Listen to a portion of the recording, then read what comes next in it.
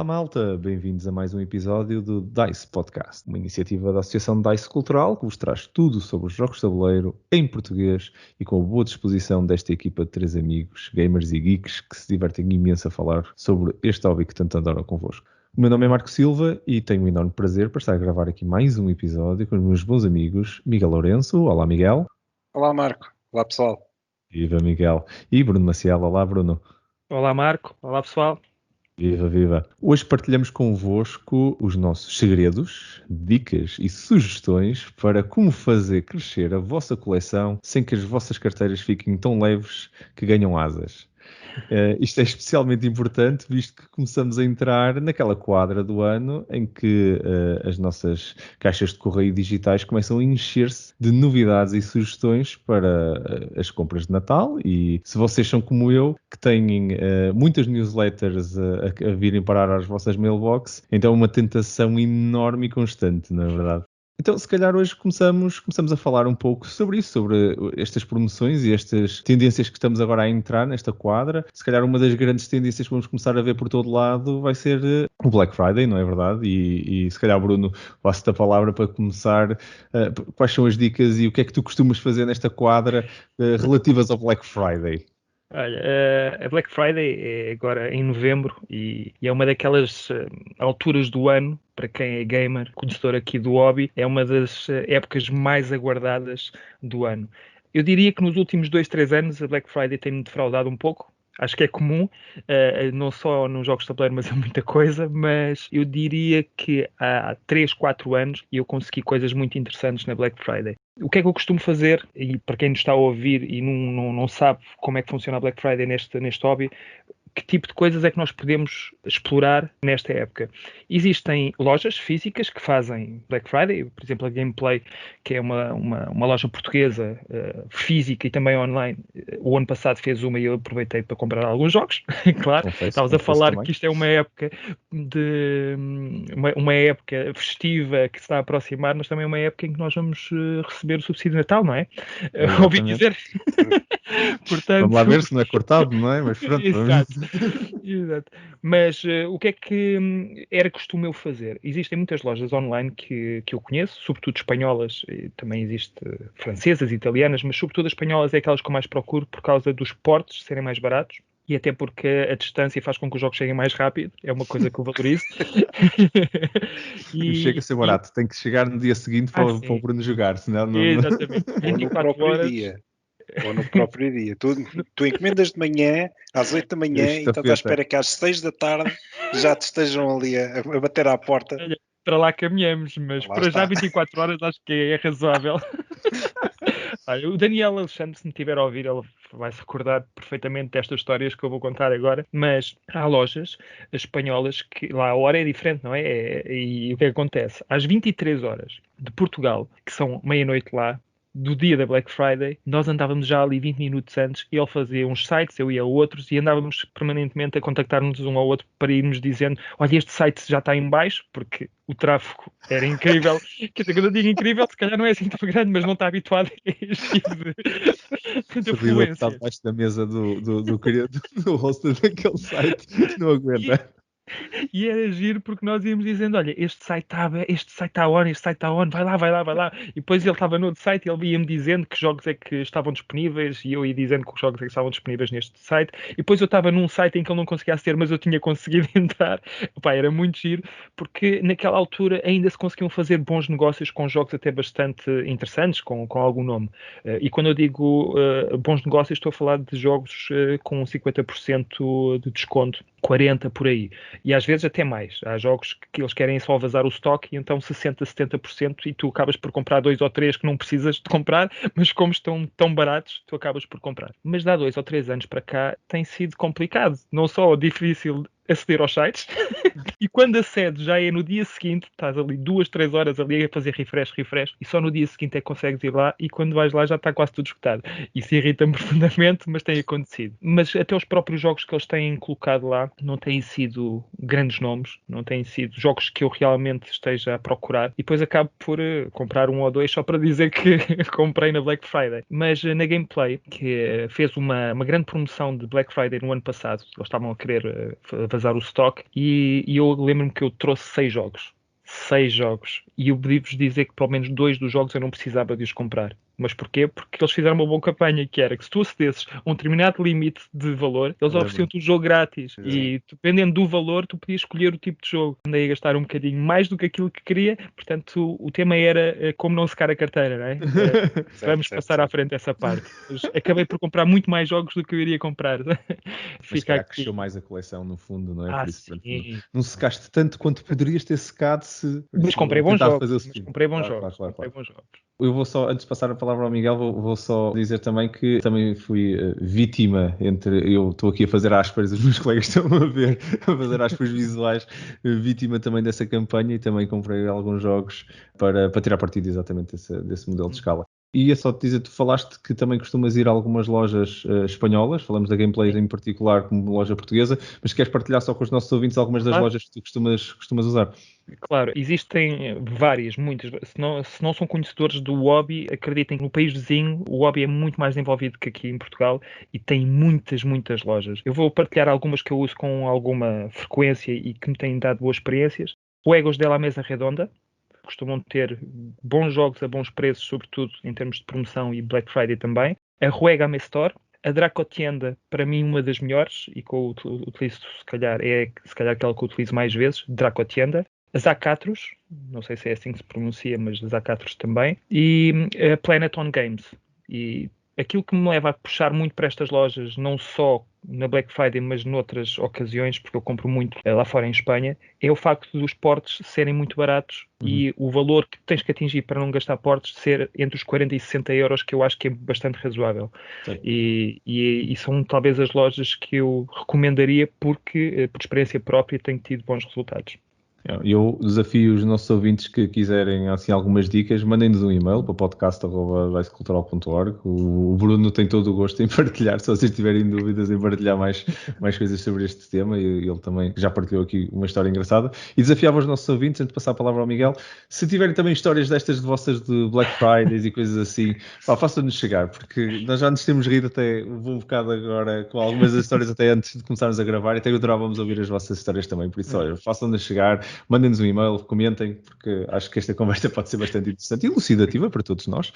Nós estamos curiosos, pelo menos, e acho que mais gente estará. Miguel, que histórias tens tu também, então, que queiras contar neste tema de crescer a coleção sem secar a carteira? Eu gosto sempre de fazer crescer a coleção sem secar a carteira. É uma coisa que eu aprecio e que eu tento fazer tão habitualmente quanto possível, não é? Pronto.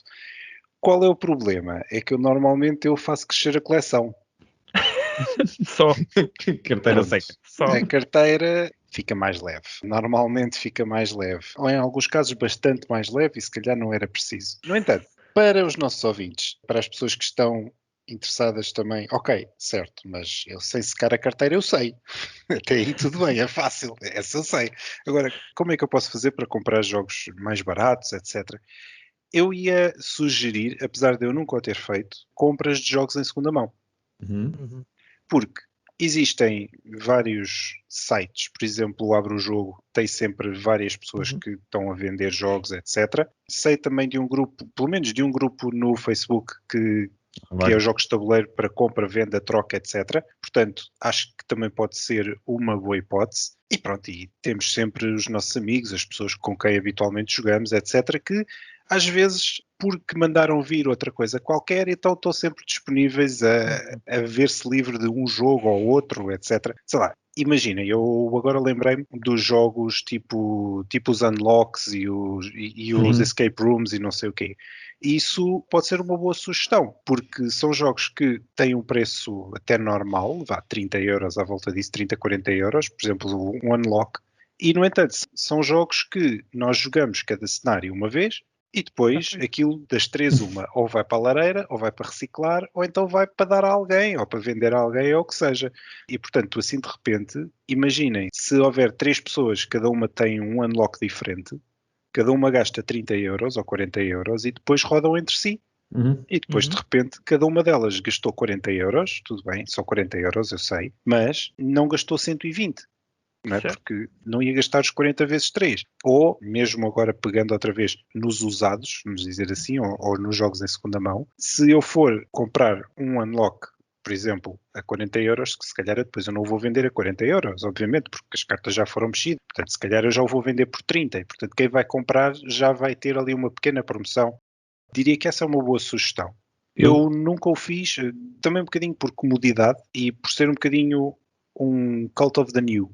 Of the new no sentido em que new de novo, de selado Mint. e tal, É o Mint. do Mint, e não tenho essa prática e esse hábito de comprar jogos em segunda mão. O Ok. que não quer dizer que não o faça, obviamente, porque para mim a questão dos jogos em segunda mão pode ter só uma questão, que é se não vierem os componentes todos, por exemplo. Ou se o jogo não tiver um estado, ou se não tiver em bom estado. Não é? Porque estás a comprar uma coisa, convém que venha num estado minimamente bom, porque eu sei o cuidado que eu dou aos meus jogos. E a questão é essa. Certo. Eu sei o cuidado que eu dou aos meus jogos. E as sleeves e tudo mais, e eu tento sempre fazer com que os meus jogos estejam impecáveis, ou o mais possível impecáveis, não é? E eu espero, sinceramente, obviamente, que toda a gente faça o mesmo. Se toda a gente fizer o mesmo, perfeito, não há problema nenhum. Se ninguém andou com ele aos pontapés pelo chão da sala, está ótimo. Mas pronto, mas é por aí. É um bocadinho por causa disso, ok? Mas não quer dizer que, obviamente, que não o faça. E que não sugira para outras pessoas realmente o fazerem. Eu vou sem dúvida passar a palavra já de seguida ao Bruno, mas vou só deixar, porque o Bruno tem muito a falar sobre este ponto, que eu sei. E os nossos ouvintes também, que se estão a seguir o nosso podcast há algum tempo, também vão saber. Mas eu também, a questão dos jogos usados, existe mesmo muita coisa online. Vocês podem ir, o BGG é um site com imensas coisas, se vocês quiserem um bocadinho mais internacional. O OLX também tem essa gente a fazer trocas. E a realidade é, eu vou só acrescentar, o Bruno tem um conhecimento de causa muito maior do que nós os três de longe de compra e venda, por isso eu não vou entrar nesse ponto, vou deixá-lo para o Bruno. Eu vou só dizer que eu próprio, para muitas pessoas, como eu viajo muito norte a sul do país, em trabalho e pessoalmente, para quem me conhece mais pessoalmente sabe que eu estou desterrado em Lisboa há uns anos, mas a minha família está toda no Porto, o que faz com que eu vá com alguma frequência ao norte. E já por muitas vezes fui mula de carga de jogos, basicamente. Metia jogos no carro e deixava um jogo em Coimbra, outras vezes assim uma voltinha à Leiria, só um desviozinho na autoestrada. Já fui deixar jogos a estações de serviço assim, tipo, no norte, ali, tipo, em Aveiro, ou assim, uma coisa, e malta depois também se combina e tudo se resolve. E é engraçado porque muita gente que se calhar está a ouvir este podcast e que me conhece porque, olha, eu fui entregar um jogo, há bocado estavas a falar do Daniel, vou usar o Daniel como exemplo, mas podia ter sido outra qualquer pessoa, e fui lá entregar um jogo, não me importa nada. E pronto, e fica aí a nota de que a malta conhece, e a parte já não tem muito a ver com o tópico da carteira ficar mais leve, mas também para afugentar um pouco, tornar aqui um spin um bocadinho mais positivo de que nós somos toda uma comunidade. E essa comunidade vive também deste espírito de partilha, não só dos momentos em que nós jogamos, mas também se calhar dos jogos e de fazer ajudar um jogo que está ali na prateleira, que não nos interessa, que nós queremos vender, que se calhar vai ganhar uma vida nova noutra prateleira de outra pessoa, e se calhar, espero eu, na mesa também dessa pessoa e dessa família. Mas, principalmente na mesa, por favor. Porque senão eu não ia gostar nada de fazer uma prateleira da vergonha parte 27. Porque o primeiro já me custou. Mas Bruno, força, tu tens muito mais insight para partilhar sobre isso. Sim, mas Marco, eu até acho que tu já levaste jogos meus, não sei se foi para a Viena Con, já não me lembro, mas acho que foi, sim. Já foste mula de carga de jogos meus também. Isso é verdade, isso é verdade. É verdade. Portugal em jogos de tabuleiro, ou com jogos de tabuleiro. Pessoal, nós estamos aqui e o tema é como não secar. Quando se compra jogos, nós acabamos sempre por gastar dinheiro, não há volta a dar. Uma das coisas que eu sugiro, e é algo que eu faço, nós temos todos prioridades na vida, como pagar contas e etc, é estabelecer um orçamento. Mais love, não é? Não é? Tens a pirâmide mais love, não é? Tem que estar ali no segundo primeiro, não é? Claro. Há que estabelecer um orçamento, não é? É aquilo que nós podemos gastar sem complicações. E é isso que eu faço. Eu já tenho um valor específico que eu sei que posso gastar. Se eu gastar um bocadinho mais também não há problema, mas vai andar à volta dos 50 euros, que é aquilo que eu defino. Se eu não comprar um jogo durante um mês, que isso acontece, eu se calhar no segundo mês já consigo comprar mais jogos ou comprar um jogo bem mais caro. Isto depois a coisa vai-se reequilibrando. Se um mês não for um bocadinho mais pesado, o outro mês é mais leve e por aí. Portanto, isso para autocontrole é importante. Em relação aos jogos em segunda mão, eu exploro muito essa plataforma, sobretudo no Abro Jogo. Tenho muita coisa a dizer sobre isto e começo já por sugerir um site que não é o único, que é um comparador de preços, e pessoal, que quem está agora a começar no hobby ou tem pouco conhecimento de onde procurar preços de jogos, existe um site que é o moevecubos.com. É um site espanhol que tem praticamente todas as lojas espanholas online que agrega essas lojas. Também tem algumas, Amazon.es, também acho que tem a DE, portanto consegue comparar alguns preços de jogos de alguns sítios, não só em Espanha. E eu acho que isso é muito importante, porque no Abro Jogo podemos ver coisas muito boas, a preços muito bons, mas também podemos ver coisas que não são aconselháveis, sobretudo a pessoas que não conhecem, não estão por dentro da indústria. E isto é importante. E isto é uma sugestão não só para quem compra, mas também para quem vende. Porque eu também não sei se às vezes há um pouco de desonestidade de quem quer vender jogos ou se não tem mesmo conhecimento. Eu vou partilhar aqui coisas que às vezes me irritam profundamente, que é eu ver um jogo que em primeira mão está à venda a 50 euros e que está a ser vendido no Abro Jogo em segunda mão a 50 euros. E eu pergunto-me porque é que eu irei comprar a um particular em segunda mão quando o jogo está à venda em primeira mão ao mesmo preço. É para poupar nos portos, mas vão-me dizer que por correio eu não vou pagar os portos também. Eu não consigo entender isso. Às vezes dá-me vontade de eu fazer um comentário. Não vou fazer isso, claro. Não vou estar a estragar os negócios das outras pessoas, não tenho esse direito. Mas lá está. Eu não sei se a própria pessoa que está a vender o jogo tem noção daquilo que está a fazer. E era importante, porque isto é como aos carros. Nós mal compramos um jogo, ele desvaloriza. Logo, 20% por aí. Se nós tiramos o shrink wrap, que é o plástico, ainda mais valoriza. Eu ainda nem o joguei, nem fiz o punch ao jogo, e ele já perdeu talvez 30% do valor do jogo. E eu também tenho esta coisa de que eu sei que as lojas, quando eu compro um jogo numa loja, se faltar uma peça, eles não me vão dar a peça. Ponham isto na cabeça. Eles podem sugerir e dar o mail da editora, podem ser facilitadores. E eu já tive uma experiência em que a própria loja, em vez de mandar um mail para o endereço para eu mandar um mail e fazer a queixa à editora, eles próprios fizeram de intermediários. Eles não querem perder o cliente e fizeram um serviço de pós-venda bastante interessante e correu muito bem. E o que é certo é que puseram ICC em conhecimento nos mails que mandaram e as coisas vieram. Isto em segunda mão pode ser um problema, porque mal o jogo é vendido, se calhar não ouves mais falar dessa pessoa. Obviamente que isto é uma comunidade pequena e se tu começas a vender jogos com falta de peças ou em mau estado, se calhar isto depois é comentado e as pessoas deixam de comprar-te. Mas falando nisto, dos jogos em segunda mão, é uma forma de eu reciclar a minha coleção. Não só para comprar, mas para vender. Há jogos que eu tenho aqui na minha coleção que não vão à mesa durante 6 meses, 1 ano, 2 anos, e alguns têm um valor sentimental que nunca serão vendidos. Outros, nem por isso. Então o que é que eu faço? Eu tenho 50 euros que quero gastar, que vou gastar de certeza para comprar jogos. Mas, se eu conseguir vender alguns jogos que já não me fazem falta nenhuma, eu se calhar já vou ter 150 euros, 75, seja lá o que for, a mais para comprar jogos. E se calhar nem vou ter que ir ao meu orçamento. Portanto, naquele mês até fico mais desafogado. Isto é muito interessante ver as dinâmicas que existem no Abro Jogo. Eu, por exemplo, só para partilhar aqui o que aconteceu no verão, eu livrei-me de quase 30 jogos. Eu fiz vários leilões intercalados, espaçados em um mês de intervalo, diria eu, e consegui fazer cerca de 300 euros. Assim, como quem não quer a coisa, eu nem sabia que iria conseguir fazer aquele valor. Fiz um leilão com 10 jogos cada um, mais ou menos. Fiz 3 leilões, portanto, foram 10 jogos mais ou menos, em cada leilão, e que fiz 300 e tal euros. Eu, com esses 300 e tal euros, eu posso comprar menos jogos, ou posso comprar o mesmo número de jogos, mas sobretudo jogos que vão à mesa.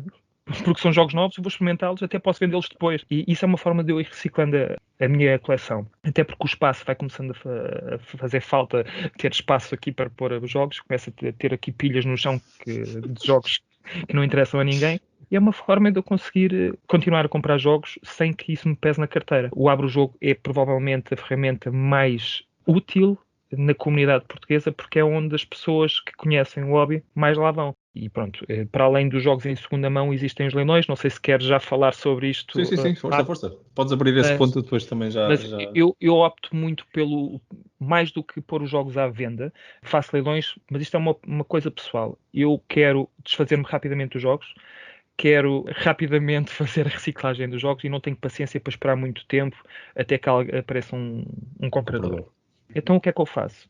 Eu ponho X jogos no leilão, dou uma semana mais ou menos para que as pessoas façam as licitações. Isto normalmente funciona. Eu ponho uma licitação base e a primeira licitação tem que ter pelo menos aquele valor e a partir daí qualquer licitação tem que ser com €1 de acréscimo sobre a licitação anterior. Já fiz experiências e comecei muito mal, que eu tinha medo de perder dinheiro com jogos e o que acontecia é que eu punha, sei lá, menos 20% do que aquilo que está à venda. E havia situações em que o jogo não era licitado. Então eu comecei mesmo a partir preço. Eu às vezes até ponho o jogo a 60% de desconto, 50% de desconto sobre aquilo que seria o seu valor atual vendido em primeira mão e isso puxa muita gente. E o que é que acontece? A partir do momento em que há uma primeira licitação e há uma segunda, há aquilo que eu chamo de bidding wars.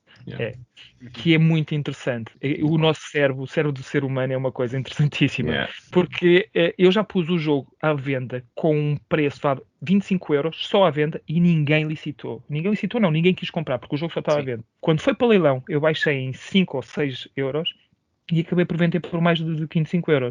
Porquê? Porque um põe 25, o outro põe 26, o outro põe 27, 28, 29, pum. Estão a perceber? E isto acaba por ser muito interessante a forma como o cérebro do ser humano funciona e eu acabo por me desfazer dos jogos dessa forma, em vez de estar a vender só. Eu vejo muita gente a vender jogos que ficam durante 2, 3 meses e há aqueles famosos bumps. Para quem não sabe o que é o bump, é um comentário que se faz na própria publicação, que é para a publicação ir novamente para o topo e ficar visível para toda a gente. E eu às vezes fico assim a pensar, mas esta pessoa quer mesmo vender o jogo? É porque o jogo está ao mesmo preço há 2 ou 3 meses, ninguém pega nele e vai ficar ali a morrer até que alguém se lembra ou tenha pouco conhecimento e acabe por comprar. E eu acho que esta é uma boa forma de vender jogos. Põe-se os jogos bem mais baratos, obviamente que eu posso perder dinheiro com isso, é um risco. Eu não sinto que perco dinheiro. O jogo não está a ser jogado há 6 meses, há 1 ano, há 2 anos. Perco dinheiro em quê? Está na prateleira, não está a ser jogado. Aqueles 25€, mesmo que o jogo se calhar valha 40€, se eu perder, entre aspas, 15€, eu ganhei 25, eu não perdi 15. E aqueles 25€ vão ser reutilizados para outra coisa qualquer. Podem ser jogos, podem ser para a vida, seja lá o que for.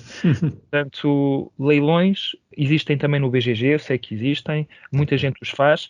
Eu faço desta forma e posso dizer que tenho tido muito sucesso. Para quem quiser vender jogos, não tenha medo de baixar preços. Isso faz parte do risco, mas acabarão sempre por fazer dinheiro dessa forma. Vendendo jogos a um preço que, por ser só 5% ou 10% mais barato, muitas vezes não compensa. Não compensa. E eu até já, deixa-me só terminar, vou ser rápido. Eu às vezes sou tramado, sou lixado. Há coisas que eu vejo lá no Abro o Jogo que me fazem perder um pouco o tino, e já vi um jogo a ser vendido, lá está, mais ou menos ao mesmo preço do que está em primeira mão. Vamos imaginar 50€ e está à venda em primeira mão a 50€. E eu tenho o jogo e não estou a jogá-lo já há 6 meses. E o que é que eu faço? Eu ponho o jogo a 25€ a ser vendido. No mesmo dia, poucos minutos depois dessa pessoa ter posto lá. No mesmo dia vendi o jogo. Passado 3 meses, esse jogo ainda está a ser vendido. Não abre o jogo. Eu acho que eu fiz isso um pouco para ver se a pessoa se apercebia e também para fazer dinheiro. Claro, não era só para mostrar a outra pessoa, mas acho que há de ter um bocadinho de noção, e por isso é que eu estava a promover o Mueve Cubos, porque às vezes uma pessoa começa a perceber, ok, eu se calhar estou a exagerar e não posso pôr este preço. E não é assim. Há que ter noção. Eu confesso, e vou só partilhar. Tu explicaste muito bem a questão dos leilões e eu vou só acrescentar que eu sou vítima também desse fenómeno. Já acho que já me aconteceu de entrar em alguma bidding war. Eu comprei muitas coisas já em leilões, muitos jogos. E quem nunca, exatamente. Eu comprei já muitas coisas em leilões, sem dúvida. E acho que é uma grande maneira também de conseguir encontrar. De vez em quando até alguns jogos um bocadinho raros. São jogos usados, para todos os efeitos.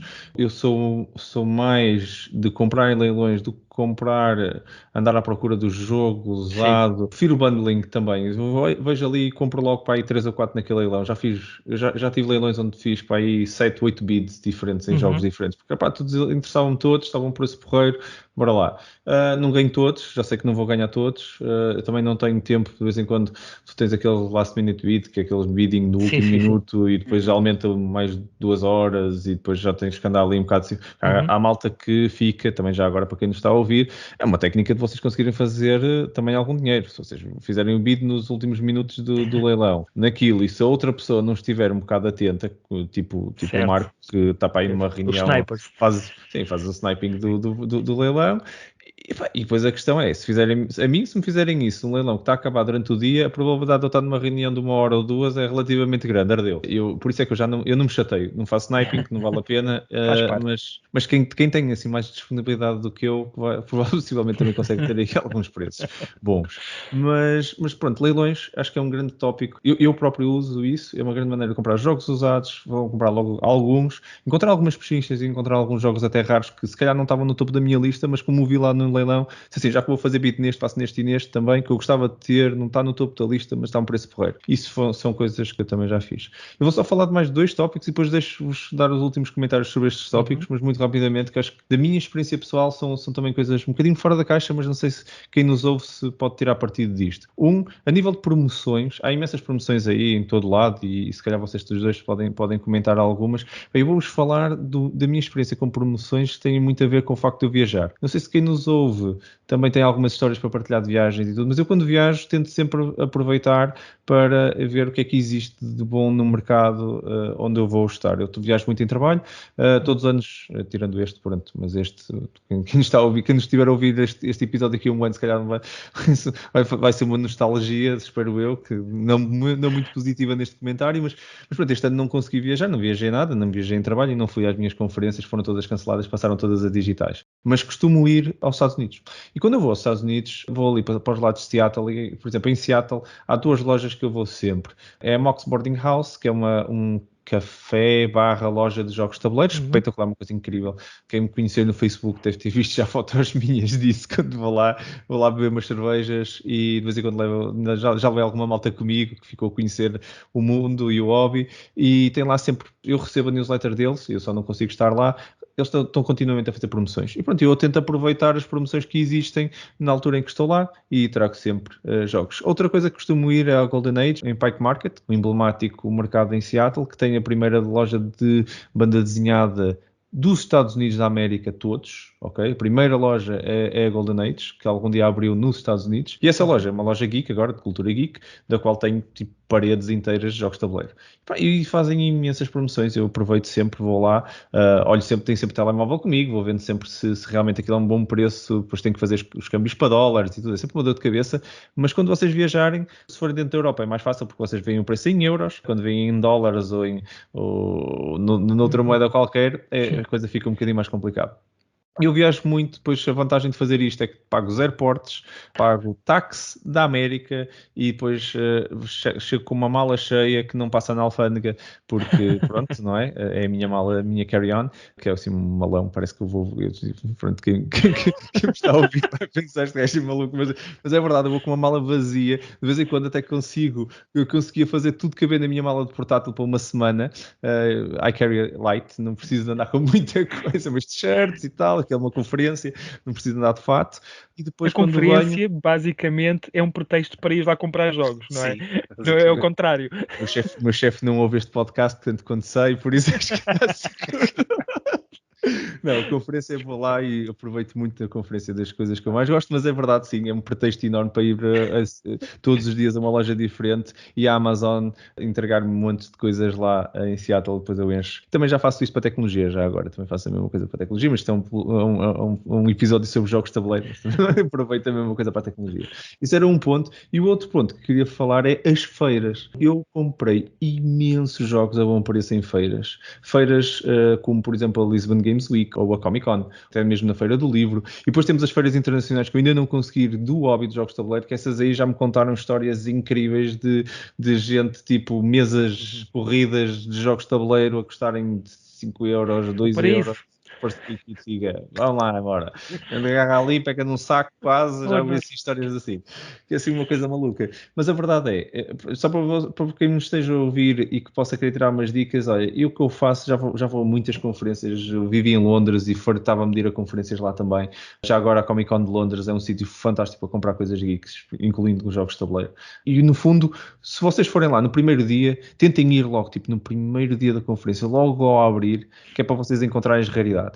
Eu quando vou lá, eu vou direitinho às lojas que quero ir e enquanto, se houver aquele jogo, aquela peça, aquele collectible que eu estou à procura, eu olho e digo, ok, isto é mesmo raro e pá, eu não vou esperar que eles façam promoção nenhuma nem nada, que no primeiro dia não há promoções, e chego lá, agarro naquilo e já cheguei mesmo a estar a ver, a passar por coisas, agarrar uma cena, ficar com ela na mão e estar com agora já só tenho uma mão para continuar à procura. Então, isto está meu. Eu só vou descobrir se quero mais alguma coisa, mas este é meu e já tenho aqui algumas peças que agarrei assim. Depois normalmente não compro muita coisa, se a conferência tiver 3 dias, 4 dias, não compro nada. Vou comprando se eu encontrar outra raridade ou alguma coisa que me escapou, mas normalmente tento gerir um pouco o estoque das coisas e depois vou às pechinchas no último dia. Normalmente estas grandes conferências no último dia fazem um grande desconto e eu vou ali analisando. No último dia faço uma grande ronda e digo, olha, está um grande preço, está um grande preço.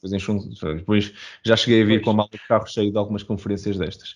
Pá, são os 2 pontos. Pá, eu se calhar só abria mais um porque está a acontecer agora. Eu também já comprei muitos jogos assim. Até já doei alguns jogos à DICE também por causa disto, porque nas rifas eu não sabes o que é que sai. E se me sair um jogo repetido, muitos dos jogos repetidos eu acabei por fazer doações para a ludoteca da DICE. Mas nos encontros nas cones de jogos de tabuleiro, normalmente eu compro sempre rifas. Uma maneira gira de apoiar também aquela conferência. Afinal de contas estou lá sentado a jogar, arranjaram aquilo tudo, os ludoteca e tudo, de uma maneira que eu sinto sempre que estou a dar um bocadinho de volta e com um bocado de sorte até trago alguns jogos, como já fiz isto algumas vezes, já tive alguma sorte, não é? Quer dizer, um gajo também, tantas vezes vai à foto, se não saísse nada em nenhuma das vezes, era muito estranho. Mas é uma maneira engraçada também de conseguirem tirar alguns jogos, não controlam muito bem o que é que vos sai, mas sempre tiram alguma coisa. Até agora, recentemente, pronto, o Pedro não está aqui connosco, mas até passa a publicidade que ele até tem o Pedro Rebelo até começou a fazer disto, parece-me que está a fazer disto prática, já vai na segunda edição do Lucky Meeple, que é exatamente uma rifa online, pá, que as pessoas estão... A primeira ainda fez muita gente ali, muitas rifas.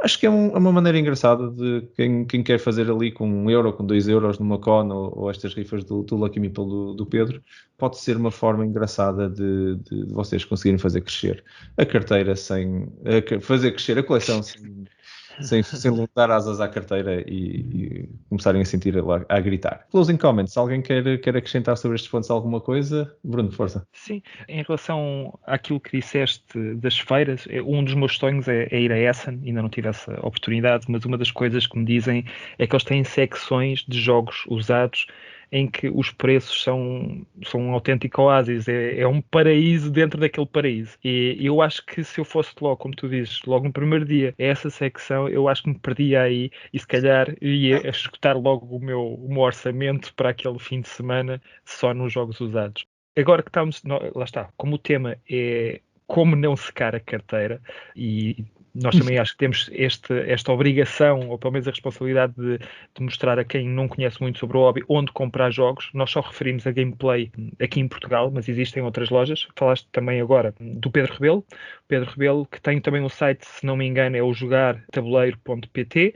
Exatamente. E existe também o Jogo na Mesa do Vasco Chita, também uma pessoa muito conhecedora do hobby, que há muitos anos também contribui para o desenvolvimento do hobby, que também tem uma loja física e online. Portanto, ficaram aqui estas 3 recomendações: gameplay, jogar tabuleiro e jogo na mesa. Isso era basicamente isto. Eu, em relação ao viajar lá para fora, não posso dizer muito. Sei de quem o faz. Mais uma vez vou falar do Daniel Alexandre. Eu às vezes eu brinco muito com ele porque isto é uma história deliciosa, que é eu ir para a Espanha de férias, estar simplesmente, enquanto a minha companheira e a minha família estavam a ver produtos de beleza e coisas assim que eram mais baratos, eu fui para uma loja de jogos que estava por ali e quem é que eu encontro lá? Daniel Alexandre a ver jogos também, mas eu fui lá porque não tinha mais nada para fazer. Ele, pelos vistos, conhecia aquela loja. Estava no plano, estava no roteiro. E era isso que eu ia agora falar. Eu às vezes brinco com ele porque ele às vezes diz que vai a Madrid, vai não sei o quê, vai a Sevilha e que foi à loja X, e eu às vezes penso que ele faz um itinerário de férias onde o principal é ele ir ver primeiras lojas de jogos de tabuleiro e só depois ir fazer o resto. Mas eu também acho que em Espanha, França, tudo o que há assim, pronto, eu acho que em qualquer país nós podemos encontrar lojas de tabuleiro bastante interessantes, mas em Espanha, França e até Inglaterra eu acho que também existem muitas lojas interessantes. Aos Estados Unidos nunca lá fui, não sei quando é que lá irei, também deverá ser uma perdição, mas certamente que irão encontrar muitas coisas que não encontram em Portugal. É verdade, é verdade. Eu costumo ter alguma malta também que me ajuda, que me pede alguns jogos e eu também, de vez em quando a minha mala não é só minha, tenho que dividi-la com alguma malta que me pede algumas coisas. Mas é engraçado, falaste da questão das conferências e mesmo para fechar, eu vou só partilhar que alguma malta que já está muito experienciada nisto, quando me pede jogos, diz assim, olha, mas podes deixar as caixas. A malta já está naquele nível em que a otimização do tamanho da mala já é só os componentes, eles depois arranjam uma caixa cá, não há problema. Muito bom. E porque quando tu me dizes isso e eu digo, não, deixa estar, eu levo-te a caixa. Quem por acaso me disse isso até foi o Eli, quando pediu-me alguns jogos e disse, sabia que eu também ia trazer alguns e ele tipo, olha, Tá os meus bom. podes deixar as caixas. Isto porque ele já tinha feito esse tipo de decisões mais pragmáticas de se trago mais 3 jogos e menos 4 caixas, ou acho muito curioso Muito bom. esses momentos. E vou só também, tu fizeste muito bem em relembrar mais algumas lojas também que têm promoções e fazem também muito apoio neste hobby. Também vou só acrescentar alguns dos nossos parceiros, não é? Que a própria Mebo, a antiga Mora Piaf, também agora pela Mebo, mas pronto, também nossa parceira e a Devir, que também tem as suas lojas online, também fazem as suas campanhas. Por acaso, acho que ainda não vi Black Fridays feitos deles, mas tem muitas promoções ao longo do ano e são boas maneiras de estarmos aí. Mas força, Bruno. Sim, e isto só para finalizar neste tema, porque nós estamos a recomendar sítios onde podemos encontrar jogos e onde possamos encontrar boas promoções, campanhas, etc. Acontece muitas vezes, sobretudo nos nossos encontros, pessoas que vão pela primeira vez e ficam fascinadas, ou até pessoas que vêm cá a casa, a perguntar onde é que podem encontrar jogos em segunda mão e fazem sempre, não fazem sempre, mas fazem com alguma frequência esta observação que é, será que no OLX eu encontro jogos? Encontra-se sempre. Não direi que é o melhor sítio para procurar jogos de tabuleiro. Okay? Para quem não conhece, é se calhar o site que vai primeiro à cabeça, é no OLX, vou procurar jogos. Há lá jogos, de certeza que vou encontrar, mas não será provavelmente aos melhores preços, não é se calhar com a maior variedade, portanto há um mundo para além do OLX onde vocês poderão encontrar mais variedade e melhores preços. É verdade, isto é uma comunidade para todos os efeitos, um nicho mais pequeno e nestas comunidades, tipicamente, entrar nelas é sempre muito mais vantajoso do que estar fora, ir aos eBays e aos OLX da vida. Sim, mercado de massas não é claramente ainda o espaço onde nós estamos, sem dúvida.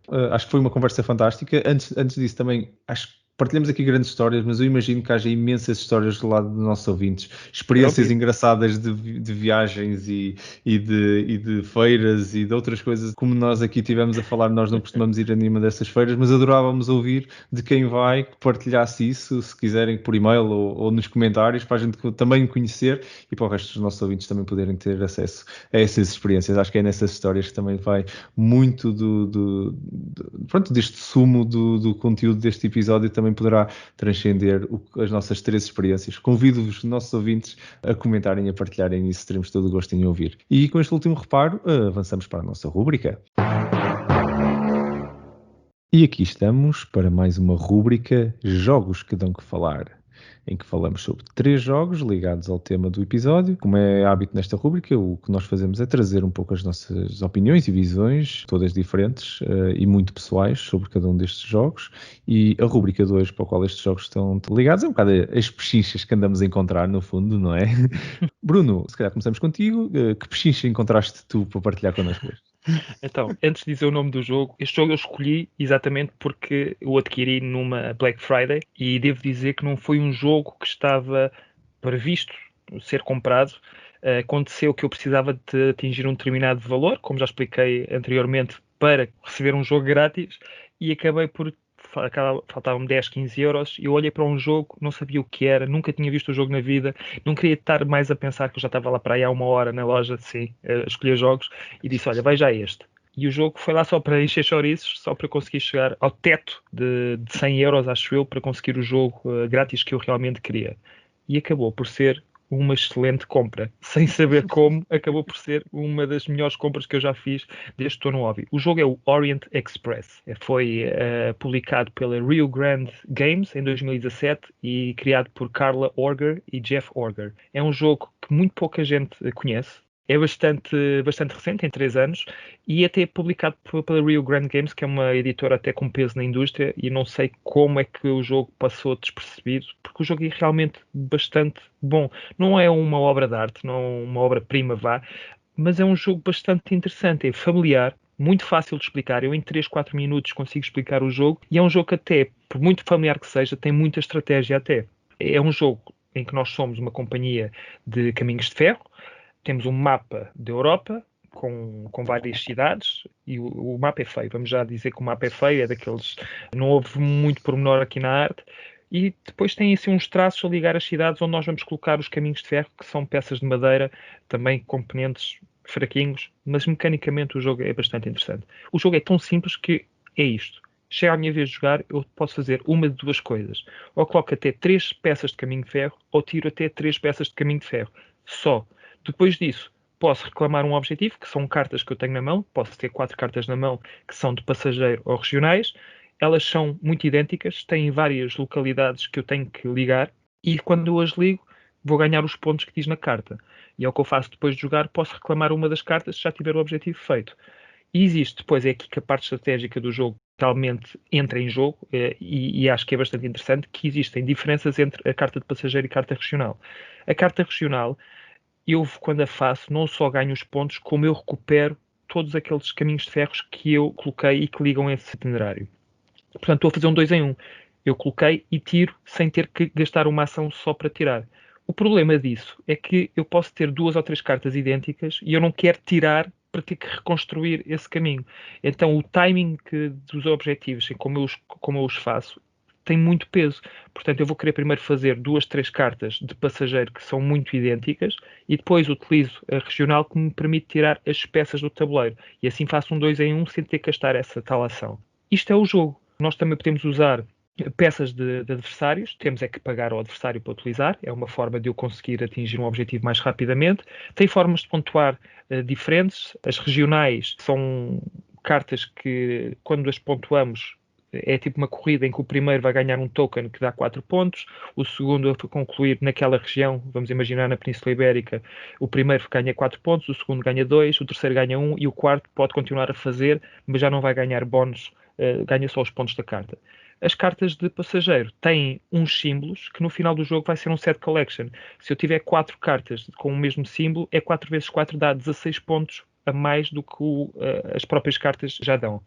Tem aqui mais algumas coisinhas, como pagar para fazer canais, pagar para ligar o canal da Mancha, coisinhas dessas e alguns objetivos que são virados, são comuns, estão virados para cima na mesa, como o primeiro a fazer 2 objetivos azuis, que são na Escandinávia, o primeiro a ligar Paris a Istambul, coisas assim muito genéricas. O jogo é muito simples, familiar, flui, é muito rápido entre turnos, tem mais estratégia do que realmente aparenta por ser tão fácil de explicar o jogo. É feio, é verdade, mas mecanicamente é muito giro. E eu fiquei feliz, porquê? Porque eu comprei 6 jogos naquele dia, eu acho tenho de ver que eram 6 jogos, e foi o jogo que foi mais vezes à mesa naquele ano. Foi aquele que eu não estava a querer comprar, foi aquele que foi lá só para fazer chegar aos 100 euros, que era para conseguir o jogo grátis. E que o jogo grátis, sinceramente, não valia nada. Portanto, achei muito curiosa esta história, porque às vezes acontece isto, e acho que isto também é um hobby dentro do hobby, que é nós descobrirmos jogos obscuros que ninguém conhece. E acabamos por ficar orgulhosos por descobrirmos o jogo. Eu não o descobri, simplesmente apareceu ali, olha, não fui a pesquisar o jogo nem nada. E fiquei super feliz. Toda a gente que joga este jogo pergunta, sobretudo pessoas que conhecem o hobby, perguntam onde é que eu comprei o jogo, porque não o encontro em quase lado nenhum. Se forem ao BGG, há muito pouca informação sobre o jogo. É incrível, porque eu acho que se o jogo tivesse mais buzz, tivesse uma arte melhor, é tão familiar que eu acho que iria vender só por si. O jogo é muito bom. Orient Express, realmente o Rio Grande não é muito conhecida pelos seus jogos muito artisticamente embelezados, por isso não decepciona então aqui mais uma vez na sua prática. Miguel, do teu lado, que pérola então perdida encontraste tu ao preço de salos desta vez? Não é uma pérola perdida, até é um jogo que eu acho que é bastante conhecido, quer dizer, pelo menos eu tenho ouvido falar bastante bem dele e já ouvi várias pessoas a dizer sim, este jogo é muito bom, etc e tal. O jogo é bastante bom, é o Palm Island. É um jogo de 2018, de John Meatling, e é publicado pela Portal Dragon e pela Cosmos. E é um jogo que chama-se Palm Island. Palm pode ser de palmeira, mas pode ser também de palma da mão. E de facto, o jogo joga-se só com as mãos. Ele pode nem sequer tocar na mesa. Porque são cartas, é um jogo com 17 cartas, e é um deck builder em que temos só estas 17 cartas. Mais nada. Normalmente há aquela coisa do deck builder que, sim, ok, mas temos ali um monte de cartas, estou a pensar no Dominion, não é? Por exemplo, e que temos 550 mil cartas e a coisa vai andando, e é um deck builder e tu começas com 5 e depois vais andando e às tantas tens 22 e podes ir descartando e tal. Ali não, são 17 cartas, tu começas o jogo com 17 cartas e acabas com 17 cartas.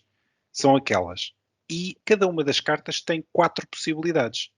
Tem o estado inicial e tem 3 upgrades que podemos fazer a essa mesma carta. Existem cartas de edifícios que dão pontos e existem mercadores ou fábricas que dão recursos.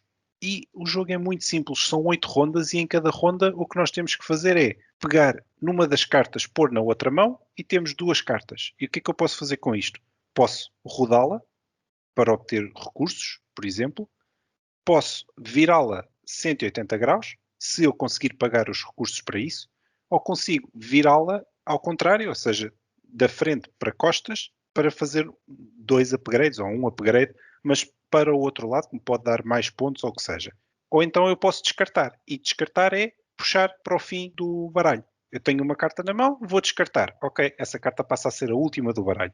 E vou tirar a de cima, passo para a outra mão, fico com um baralho com 16 cartas numa mão e uma carta do outro lado. E é sempre isto. O jogo vai durante 8 rondas e a parte boa disto, e porque é que eu estou a falar deste jogo neste episódio, é que o jogo pode ser jogado a solo, competitivo ou cooperativo. Eu só tenho jogado a solo porque sim, porque é o que tem acontecido. O Covid, não é? Pandemia, pronto. Mas no modo competitivo há uma corrida para comprar um bónus, ou existe um modo chamado o modo casual, em que temos que chegar a um determinado objetivo antes do nosso oponente. E tem ainda um modo cooperativo em que temos que preparar a ilha antes de acontecer um desastre natural que vai acontecer. Uma vez mais, porque é que eu estou a falar deste jogo neste episódio? Porque a caixa custa cerca de 15 euros à volta disso, portanto não é nada para ir além, e traz 2 baralhos de 17 cartas. É possível ter uma boa jogabilidade com 15 euros. São 2 baralhos de 17 cartas, um para cada jogador, e em que nós conseguimos ter um jogo cooperativo, ou um jogo solo, ou um jogo competitivo. E acho que não há muitos que tenham estas variantes todas. E é um jogo que garanto-vos que demora 15, 20 minutos a jogar. Não é mais do que isso. E é daquelas coisas. Às vezes eu dou por mim a dizer, tenho 20 minutos, tenho meia hora, o que é que eu vou fazer? Olha, saco do Palm Island e em 15, 20 minutos fiz ali um jogo a solo. O jogo a solo depois tem vários objetivos. É um beat your own score. Se fizeres mais do que X pontos, fizeste não sei o quê, etc. Mas depois também tens ali vários objetivos, tipo checklist. Se fizeste mais do que 30 pontos e não sei o quê, então checas aquele objetivo naquela lista. Pronto. É um excelente filler para mim. E lá está. Se eu tiver 15, 20 minutos, eu saco daquilo, jogo ali uma vez, fiz 25 pontos. Ok, ótimo. Fiz 15. Pronto, paciência. É o Palm Island. Palm Island, sim senhor Miguel. Da minha parte, eu vou-vos falar sobre um jogo que realmente eu encontrei por acaso numa feira, em particular foi na Lisbon Games Week, e o jogo que vos trago hoje foi um Game of Thrones The Board Game Second Edition, segunda edição, de 2011. O designer deste jogo é o Chris Peterson, muito conhecido pelo Twilight Imperium, provavelmente assim, se calhar assim, mais conhecido deles, mas também já fez bastantes Star Wars Armada, o StarCraft, The Board Game, o World of Warcraft também, já estou assim um bocado em algumas franchises de videojogos, de cultura pop e então também do Game of Thrones. Este é publicado pela Fantasy Flight Games e eu partilho convosco a história que foi, eu estava na Lisbon Games Week, andei para lá, dei assim umas voltas e tudo, e depois como eu vos disse na rubrica Já tinha olhado para aquele jogo algumas vezes, já tinha pensado em comprá-lo, não é um jogo barato. Último dia, o que é que acontece? O jogo ainda está lá e eu vou lá e digo assim, bem, então se calhar fico aqui com este, comprei para aí 4 ou 5 jogos dessa vez. Eu levo-vos estes 5, por isso é que me fazem. Levei um desconto grande, olhei e disse, pá, sim, isto, dificilmente algum dia compro um jogo a este preço, estes todos assim em bundle, também é porreiro. Pronto, então venham todos. Saí de lá, eles nem tinham sacos. Eu, literalmente saio da Games Week com uma pilha de jogos, 6 jogos bem grandes. Para que vocês não conhecem o Game of Thrones da Board Game, é um jogo bem pesado, cheio de componentes. E eu pego naquela porcaria toda. Acho que também comprei o Agrícola dessa vez, por isso também é outro jogo levezinho. E vinha para aí, já não me lembro de todos os jogos que comprei dessa vez, lembro-me desses dois.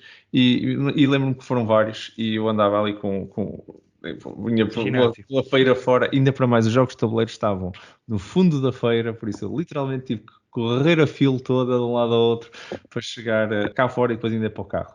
Por isso é uma história engraçada de um jogo que eu trouxe de uma feira. Dito isto, é um jogo caro, que tem muitos componentes e só fica também já agora uma dica para quem possa estar a comprar o jogo, compre o jogo agora, depois de ouvir este podcast. Eu tenho o jogo agora em casa, ainda não o abriu. Não se assustem, não faltam componentes, não comecem logo a disparar e-mails para a editora, levantem o insert, aquela que foi mesmo bem feito, foi de propósito. Há um puzzle no jogo, vocês têm que encontrar os componentes. Isto é tão bem feito. Eu senti o mesmo. Tiveste que fazer o mesmo. Eu senti o mesmo, assim, mas onde é que estão os componentes, pá? Não me digas que faltam. E depois lá os encontrei. É triste, porque é o único jogo assim grande que eu tenho esta memória de pensar, ok, este era o momento onde vocês empilharam os componentes dentro da caixa e deviam ter pensado, se calhar devíamos voltar atrás com este insert, se calhar não foi a melhor ideia.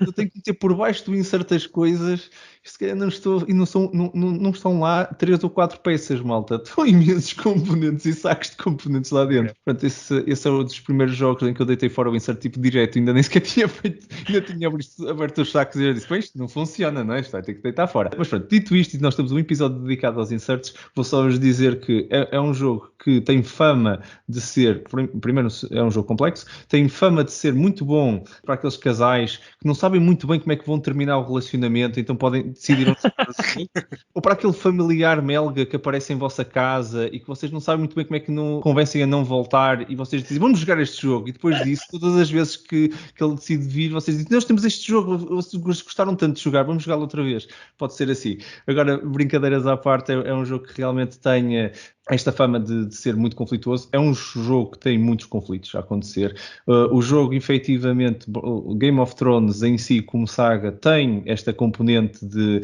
facadas nas costas uns dos outros e tudo. Para quem seguiu a série, isto é normal. O jogo retrata muito bem isso. É muito, muito difícil vocês serem o bom da fita e serem amigos dos vossos vizinhos. Vão perder o jogo, de certeza, e não sequer vão achar piada ao jogo. O jogo vive muito desses conflitos. Está muito fiel, eu acho, para os fãs da série, a toda a temática, todos os acontecimentos, a mecânica do jogo, os conflitos que existem, a forma como eles são geridos, está muito, muito bem integrado no mundo e na tema que é o Game of Thrones.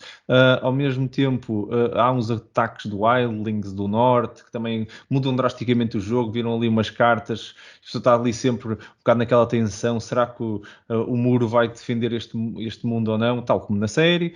Artisticamente também está fantástico, está tudo, o tabuleiro, todos os componentes fazem lembrar a série em todos os aspectos, está mesmo muito, muito bom. Já agora, é um jogo longo, Game of Thrones não é um jogo rápido, se não gostam de jogos longos, preferem jogos rápidos, de certeza que não é um jogo para vocês. Vão demorar muito tempo a realmente a correr as rondas todas, não há maneira daquilo ser rápido, e tem uma componente de intriga muito forte, por isso se vocês não gostam disso, agora tirando a brincadeira, acho que brinca com este tema que chega, a componente de intriga é muito constante no jogo, por isso vocês vão estar continuamente em conflito, seja militar no tabuleiro, seja na Guerra do Trono e a tentar passar à frente numa das componentes.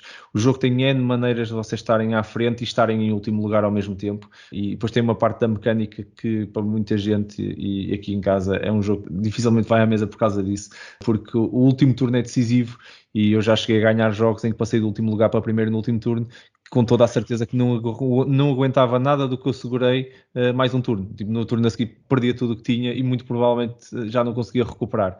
Mas o jogo é determinado naquela ronda e eu atirei-me assim de cabeça e sabia que conseguia fazer aquilo só, nem que seja só naquele momento, e já ganhei jogos assim. Por isso, pronto, mais uma vez a fazer amigos e a Game of Thrones a criar muitas relações. Muita facadinha aí. Muita facadinha, sem dúvida.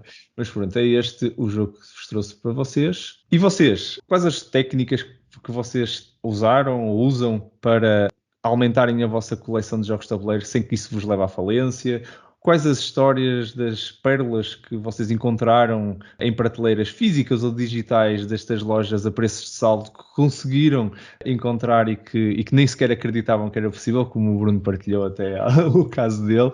Nós gostávamos muito, adorávamos mesmo ouvir essas histórias e criar uma discussão à volta deste tópico e ouvir as vossas experiências. Por isso, partilhem nos comentários, por exemplo, no vídeo deste episódio no YouTube, no Facebook, simplesmente por e-mail. Podem-nos mandar um e-mail para podcast@dicecultural.org, incluir ideias, sugestões, comentários. Estão à vontade. Nós adorávamos receber esses e-mails, incorporar as vossas ideias. Adoramos sempre e temos andado sempre a crescer o podcast com o vosso feedback. Por isso, continuem a fazê-lo chegar, que nós adoramos isso. Se gostaram do podcast, não se esqueçam de subscrever para não perderem nenhum episódio. Se gostaram mesmo muito do podcast, então não se esqueçam de partilhar o link com os vossos amigos, com a vossa família. Ajudem-nos a fazer chegar este conteúdo até eles. Comentem e partilhem as vossas opiniões, que também nos ajuda a fazer crescer e a manter esta discussão viva.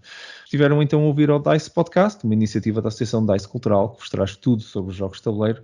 O meu nome é Marco Silva e, em nome de toda a equipa, muito obrigado por estarem desse lado a ouvir-nos. Bruno e Miguel, mais uma vez, é sempre um prazer enorme ter estas conversas, mesmo muito interessantes, e estas partilhas divertidas que temos tido a gravar estes episódios. E muito obrigado por terem estado também mais este episódio connosco. Obrigado eu. Obrigado eu. Aproveito a oportunidade só para lembrar os nossos ouvintes que a equipa da DICE continua a produzir conteúdos de notícias, análises e artigos de opinião em parceria com o site meusjogos.pt, uma parceria da DICE Cultural com Meus Jogos, que tem como objetivo fazer chegar a vocês ainda mais conteúdo, neste caso no formato escrito, sobre os jogos de tabuleiro. Por isso, deem uma vista de olhos a meusjogos.pt para verem mais coisas que nós estamos a fazer para vocês. Nós cá estaremos para o próximo episódio e para continuar a partilha sobre as nossas opiniões sobre mais um tema. Este tema agora será Serious Gaming, jogos sérios. Por isso, não percam no próximo episódio. A todos aí em casa, muito obrigado pela vossa companhia, pelo vosso apoio, muito boas jogatanas, boas compras e protejam-se e continuem seguros. Até o próximo episódio, malta. Obrigado. Até a próxima. Tchau, até a próxima.